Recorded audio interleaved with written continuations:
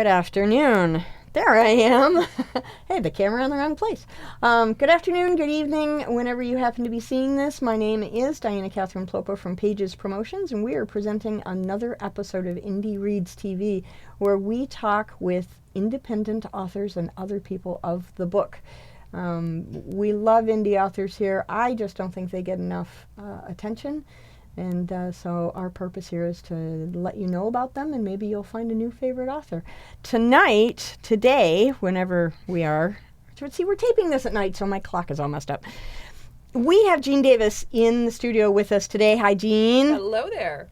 Thanks for driving all the way out from Holland. I appreciate it. It's a pleasant drive. Oh, no, it wasn't. You big liar. You big liar. So thanks for coming out. I'm glad you're here. Oh, I'm glad to be here. Thanks for making the trip.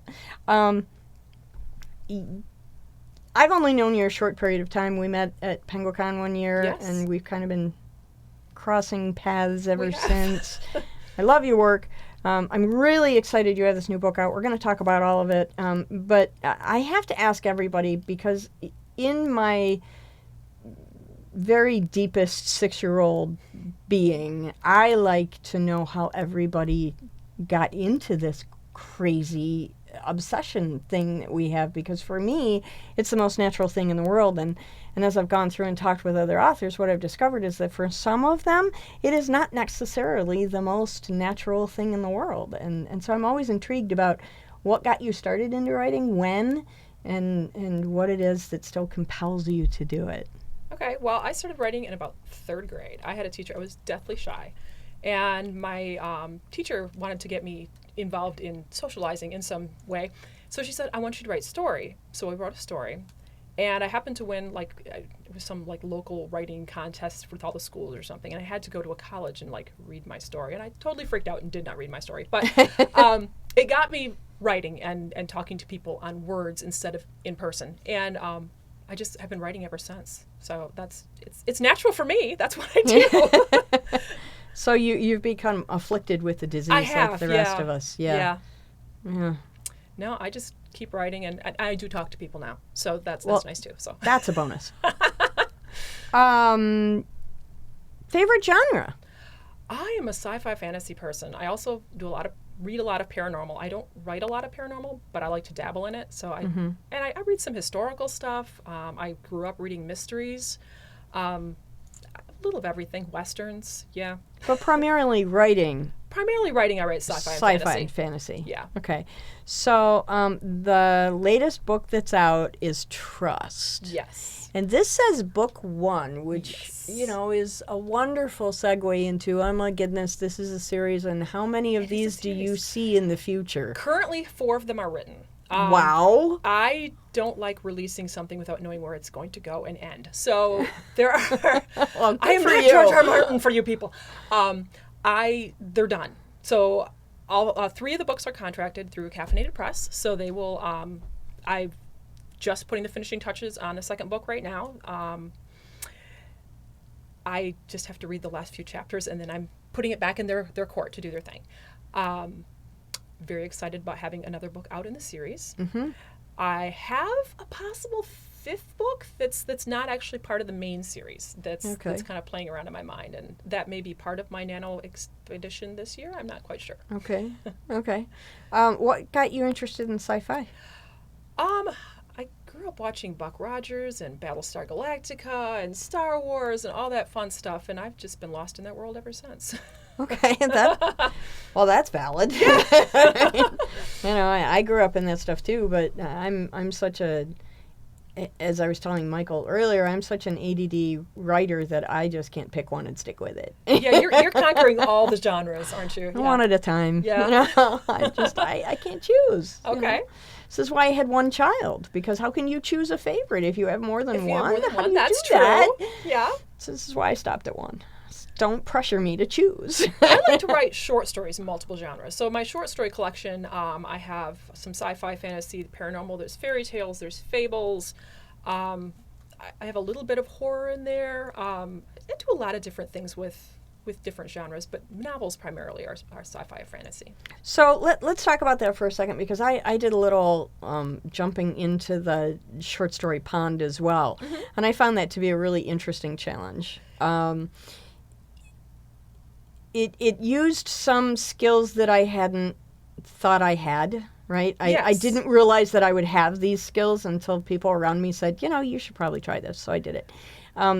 How is it different for you to write short stories versus the novels? What's the biggest, juxtaposition between the two for you? I love writing short stories because they give me the opportunity to experiment with different things outside of a novel, where I'm like, I have to sit with these words for another, 90,000 words and develop this whole thing. Whereas a short story, I can play with it, and I'd be like, okay, let's try this with paranormal, or let's try this with a horror story or something. Where I'm not tied to it in a whole novel environment. I can do a lot more experimentation that way. Yeah, the idea of short stories really does give you the opportunity to throw things at the wall and see what sticks. Yeah, see what you enjoy doing, and seeing maybe you want to go in that direction with a novel later. You don't know. And it gives you a lot. It's a really good exercise at shortening and tightening your stories. So yeah, that's true. When I first started writing novels, they were really long, scary long novels, like 300,000 words. Tons of detail. Yeah, all the words. And I after I got the first draft done, and it was really awful, I started writing short stories, and that really helped me fine-tune down to what really needed to be in the story. And I've been writing with that in mind ever since. So. Sure, yeah. I noticed when I did it, it was a great exercise in how tight can you make it? Yes. Are you Does every word count? Right, and are you Yes. including what you need to include and throwing the rest of it that doesn't really need to be there out? It's pretty, but do you need it? Yeah. Do you need to talk about all the different shades of blue in the curtains, or can you just say that the curtains are blue? Right? They're blue, leave it alone. What do you mean by that? Yeah. It's blue. It's my favorite. It's absolutely my favorite. They're blue. Just leave it be. Blue. They're just Yes. blue. So what's the biggest, how can I phrase this? If you were to create or explain an arc of your writing experience, right? What's been the biggest surprise for you in your arc? Well, I will tell you, when I first started writing, my first book I ever wrote was Trust. And Wait a minute, it just came out. I know, right? 30 some years later, it just came out. Wow. Yeah, I started writing this back in the early 80s. It was a short story.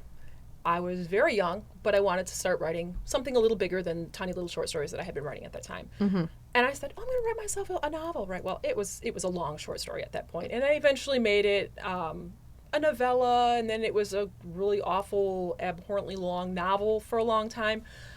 I played with it, and then it went off. And I discovered National Novel Writing Month, and I'm like, what is this crazy thing, right? It is a crazy thing. Because I honestly, like I said, I've been writing this at that point for 20-some years, okay? And I'm thinking, it takes forever to write a novel to get it how you want it to be. And I discovered National Novel Writing Month with Samara, actually. And I discovered I could write a novel in 30 days. Not 20 years, 30 days. Yeah. Whoa, what is this? Yeah, so that probably was my biggest revelation as a writer, that it really did not have to take that long. So let me stop you there for just half a second. So that was probably your biggest. That was my biggest jump. It doesn't take 16 years. It years. doesn't take all that time. Yes. So since you brought up Samara, tell me about this book. What's the synopsis of this book? Well, I like to write strong female characters, and so I wanted to write a female character in a fantasy setting, which is kind of all I started the story with. But it is a female character that is abducted and taken off into a foreign country. She prays to a god that she doesn't believe in because she's that desperate to get help to come home. But what she doesn't realize is the gods also need help because they're in desperate straits. And so they need her help. And so she has to save the gods and her country. She just has to find the courage within herself. So. Well, how cool is that? Yes. Oh, what a nifty story. I know, right? My TBR pile is so big. It's not even funny. This book actually, since I saw the cover, has been on my TBR pile since you first brought it to the shop. and I'm just like, okay, but I got to read that. But But I have all But these I gotta other 40 read books that, to read. But I'm trying to do them in order, but I admire your trying, but yeah. it's not happening. No, mine either. Okay, so The Last God, tell us about this one. Well, I love reading paranormal romance. Okay, I have never written a romance story before. There's usually romance subplots, but it's not the priority in the plot But of my when novel. you say paranormal, are you talking about like werewolves? And, Okay, yes, that's what I Okay. like to read. Okay. I have never, at that point, I'd read some sci-fi romance. Again, never really, I'm addicted to paranormal romance. I'm a junkie, okay? Yeah. And I thought, okay, I'm going to actually sit and put all this knowledge that I've acquired into practice and write a sci-fi romance novel. So for 1 year for National Novel Writing Month, I wrote a sci-fi romance. And that was The Last God. That was my quickest turnaround. I actually wrote the book for National Novel Writing Month, edited it for several months, sent it out to other people to read, re-edited it, and it was published within a year. Wow. And yeah, I know, like 30 years, 1 year, you know. Yeah, the spectrum. Yeah. Yeah. Have all your books started as NaNoWriMo projects? Every single one of them except for Trust. The sequels to Trust were all nano novels.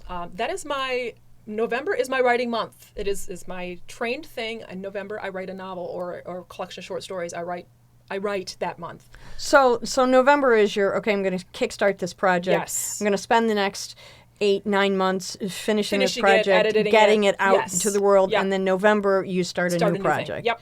So it's kind of like going back to school, delayed 2 months. Much.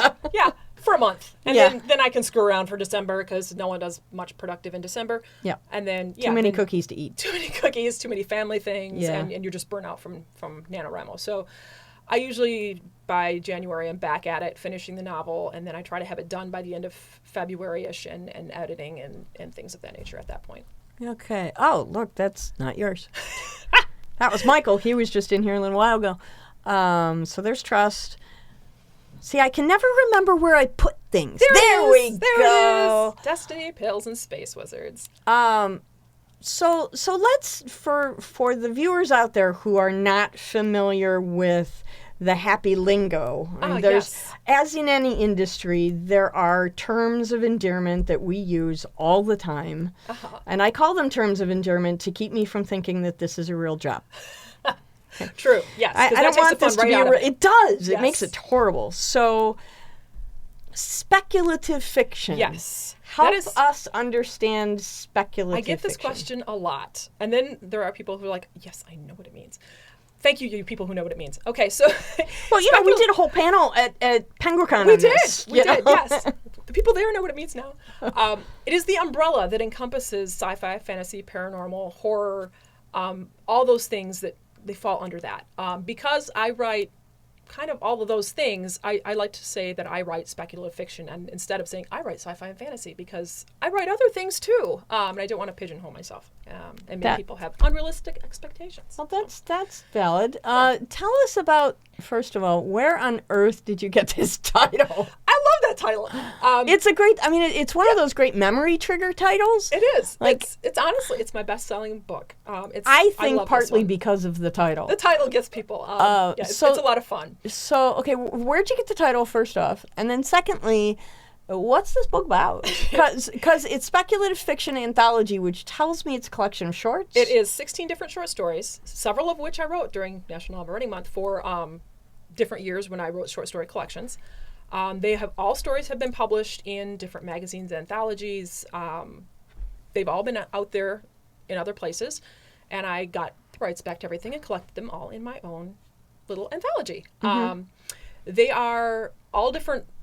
It's a wide variety of stories. It is actually young adult friendly, so I say that because they're all geared toward adults, but they're safe for young adult readers as well. It's just a wide variety of lots of different things. And one of my favorite stories, the first short story I ever had published was in here, and it's about a space wizard. Okay. And he was one of my favorite characters because it was my first short story I published, So, The first are always favorites. Right. So he's a space wizard. So when I was coming up with the title for this collection, I was writing little synopsises of each story thinking, oh, something will trigger me. And so space wizard. Okay, yeah, I'll go with that one. There's also a story in there about this old couple. They go off to this regeneration clinic separately. to get regenerated and become young again. Mm-hmm. And in there, they have to take these pills that will help them get on their life to the new part of new life that they're going to have. Okay. And it's their destiny pills. So they're not specifically What called that in there, but I mean, fun. that's kind of what they are. So we have destiny pills and space wizards. Yeah. That's extraordinary. So I'm sitting here because You probably recognize some of those, actually. It took me a long time to learn the value of shorts. They're right? a lot of fun. Because growing up, it was always about get into the meat of the story, live there for a long time, become best friends with these people. Read all of the series. You read everything and then move on. Right? And then as an adult, I discovered short stories. So I was kind of a short story late bloomer. Lots of people, kids start with shorts and then they move. Well, I did it the opposite way. I never read short I'm a stories as a kid. Yeah. Right, yeah. I want novels. I want series and, to totally get into a world. So what I like to do when I pick up a collection of shorts is to go, okay, let's see what these things are called. What is this? And I was just looking at this as you were talking, and I'm going, well, this is fun. This is nifty. So we have a story called Kick the Cat. I love that story. I love all the stories, but that one's one of my favorites. Okay, so give me just a quick without, and I'm trying to get my computer to do its thing here. And, today the computer is not my friend, but that's right. It's not cooperating. Okay, so give me just a quick, what is Kick the Cat about without, giving it away? Because I know it's a short, but... It's a short. So there's a guy, and he falls in love with this witch. Sorceress, witch, whatever you want to call her. She's a magic person. Yeah. And she has a really awful cat that just hates him. But he really loves this chick, so he's going to hang out there and put up with the cat. And finally, he just has it out with the cat. And he kicks the cat out the door onto the curb. And things go downhill from there. We'll just put it that way. Okay. Yeah. And then the other one that caught my attention in this was A Little Thing Like Death. Yes. So when I read that, my thought was, okay, this isn't a little thing called death, which for me is a completely different premise altogether. Yes. This is a little thing like death. That's intriguing to me. Death. So can you tell me a little bit about what that is? That is the story that inspired the title Destiny Pills. Again, so they kind of go off and they kind of die. So a little thing like death separates these two people. And they have to find each other eventually. So it's not full-fledged death. It's just a little thing like death. Like death, but not really death. But not really death. Yeah. Yes. Okay. That's kind of cool, actually. Yeah. Kind of nifty. This is so cool. Oh my God. Every time you come out with a new book, my TBR pile gets taller. Do you realize that? I'm in such big trouble. Sorry, not sorry. Yeah, I know. Okay. So what's been the biggest disappointment of being an author for you? I don't know if there have been really any disappointments. I guess if you get this thing built up in your head, you're going to be an author, you're going to put a book on Amazon and it's just go gangbusters. That just doesn't happen. Yeah. No. And they're like, oh, you wrote a book? Yeah. Have I heard of you? I don't know. Have you? I like to call that the field of dreams. Illusion that authors have. If you write it, people will buy it, and that's not really how the world works. No, that's not how that works. And thankfully, like I said, I started publishing with short stories, and so I kind of got that out of my system really early on, that just wasn't how this works. So once I had novels out, you realize that you have to do so much work to get your work out there for people to realize who you are, and you have books, and they maybe want to read them. Right. So let's look at the flip side of that. What's the biggest joy for you? I love going out to all these events. I go to so many, as you know. You do. My You do a lot. You and Donald Levin, you guys do more stuff than anybody else I know. I stay very busy. My favorite thing is going out to these different events, craft shows, art festivals, library events, anywhere that will take authors, and meeting readers and going to something and people are, when they come up to you and go, oh, I read your last book and I loved it. What do you have out now? I mean, that's the best thing ever. You go home energized. And you're like, okay, I'm going to write something new now, or work on what I'm trying to write now. Yeah. Yeah, it is a good shot in the arm. It is. It's very uplifting, and I don't know as people realize how much those couple little words that you may say to somebody really inspire you. So. Yeah, absolutely. See, my computer is not happy. Let's try again. Is it too warm? It might be too warm, yeah. Electronics don't like warm. Huh. So, Well, you have a beautiful daughter. I do, yes. She's amazing. Very awesome. Is she a writer? I've dragged both my kids through National Novel Writing Month since she was in kindergarten, I think, when I started doing it. I used to facilitate it for elementary school kids, and then middle school kids, and then high school kids, and then also adults. I was so busy. How did I do all that? I have no idea. Yeah, we're old now. I know. I have no idea what energy I had there. But I have dragged them both kicking and screaming through National Novel Writing Month. My son was actually my inspiration for starting and finding National Novel Writing Month. He didn't know how to write. He was an awesome, very smart kid, but he couldn't let himself just write. Everything had to be perfect from the get-go. And that's just not how writing works. No, it's not. So this is why they call them first drafts and second drafts. And, so I found this National Novel Writing Month thing, and I thought, this is perfect because they have a young writers program. And I thought, this is perfect for him, that you could just teaching him how to write a rough draft and just letting the words out. Well, I like to call it vomiting on the page yes, for 30 exactly. days. Yes, you just and then throw it out see there. What happens. And then if you want to do something with it later, you can. mold And if the you clay don't, you later. don't have to. I always do. But Yeah. and sometimes I do it and they go, ooh, yeah, we're putting that away for now. Yeah. But it's always still there. So anyway, I started with my son, and then as my daughter got into it, she was quite into writing for several years, but she's ventured off into art world now. She's really good at drawing and painting and all things art. And so she actually did my little artwork blurbs in Destiny Pills and Space Wizards. She did some little art in that. And yeah, so she's off arting now, not so much with the writing, but So when I had Andy and Bailey Lockwood on the show, you know them. Yeah. They're tag team author people, Yes. author editor people.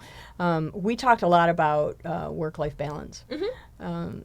What have you found to be the biggest work-life balance challenge with keeping your writing where you want it to be? I have to write in the morning. I used to be a night writer. When my kids were little, I'd put them to bed, and I'm like, okay, with these exhausted hours, I'll pry my eyes open and I will try to put words on a page. And I realized this is not the best time for me. And I have not a morning person by any degree, as everyone in my house will tell you. Till about 9 a.m. I'm not ready to do anything. But I will put my robe on and I will go sit at a typewriter or my computer and have the lights off, and no one can have to talk to me or see me and everything. I can talk to my invisible people, and that's in fine. the dark, yeah. Yes, and so I will write in the morning. I will write when I get up in the middle of the night because I don't sleep well. Sometimes I write at night if I'm still have energy left. I will do that. But for the most part, I'm a morning writer. I get up before other people are ready to do anything or need me. And now that my kids are older, they don't have to take them to school or get them ready for school, and I can just get up at 6:37 in the morning, go right till 9, and I try to block that time away. Right now, I've been in editing mode for a long time. Yeah, but I try to write. I've talked to a lot of writers, and we all seem to agree on the same thing: is that you have to schedule your writing time. You do, and otherwise hold yourself to you never get it. The only person who's going to make you write is you. Yeah. So you have to set that time aside and give yourself permission to take that time and write. It was really hard when I had little kids to go, okay, Sure. I'm going to go right now. But then you're like, I can hear them and they're playing, and maybe I should be monitoring them, and maybe I should be doing something. But you owe yourself that time too. Yeah. No, I agree wholeheartedly with that. So November's coming up, which means new book will be coming out next year. Yes, actually, I'm putting the finishing touches on the book 2 of the Narvan right now. So that's going back off to the publisher, hopefully by the end of this week. I haven't been feeling well, and I haven't been sleeping well, and my allergies are horrible this time of year. So all the excuses. Haven't gotten to all the edits I wanted to get to. So I'm finally just finishing that up, and that will get back to them, and then hopefully that will be out toward the beginning of next year-ish in that region.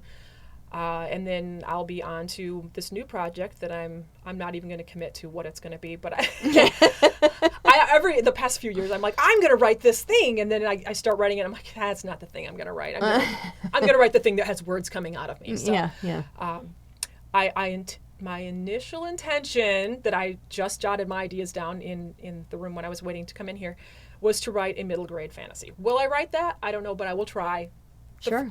That's my intention. So that's You what know, I'm going to go for. intention is where you start, That's right? right. That's right. Intention is where you start, and then you apply action to intention, and maybe you get a book out of it. Maybe I get a book. Maybe I And get if some you ideas. don't, Right. maybe you get a short story and you move on to something else. Exactly. Yes, I have many projects in the wings that I can fall back on if that doesn't pan out. Yeah, don't we all? Yes.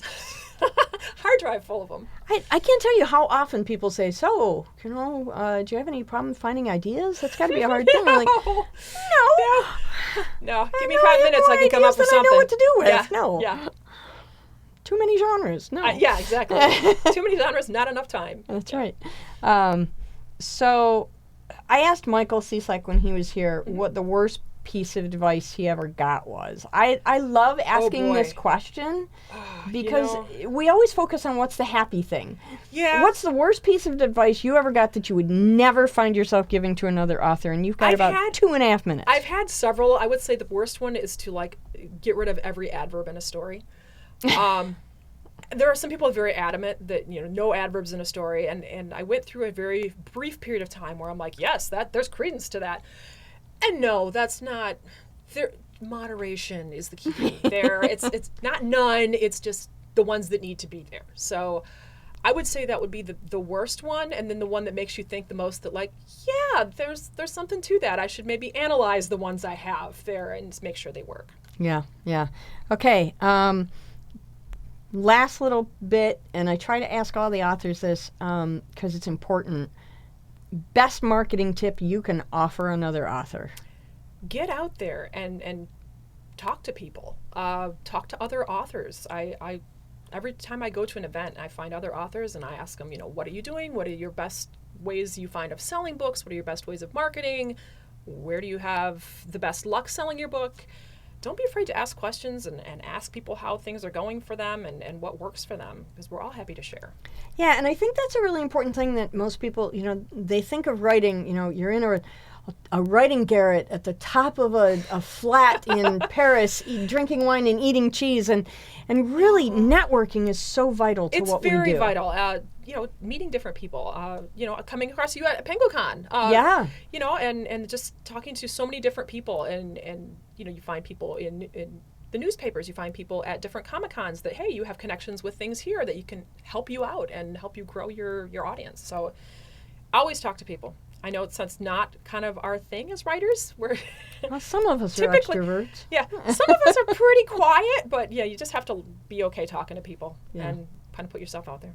Great. Thank you so much for coming out. I know this was a Yes. long drive for you, and it's I worth it. really, really appreciate it. Thanks so much for coming out. And Thanks for having me. After Nano's over, we'll talk again, and you'll bring us your new book. I hope so. Thanks. Have a great night. Thanks.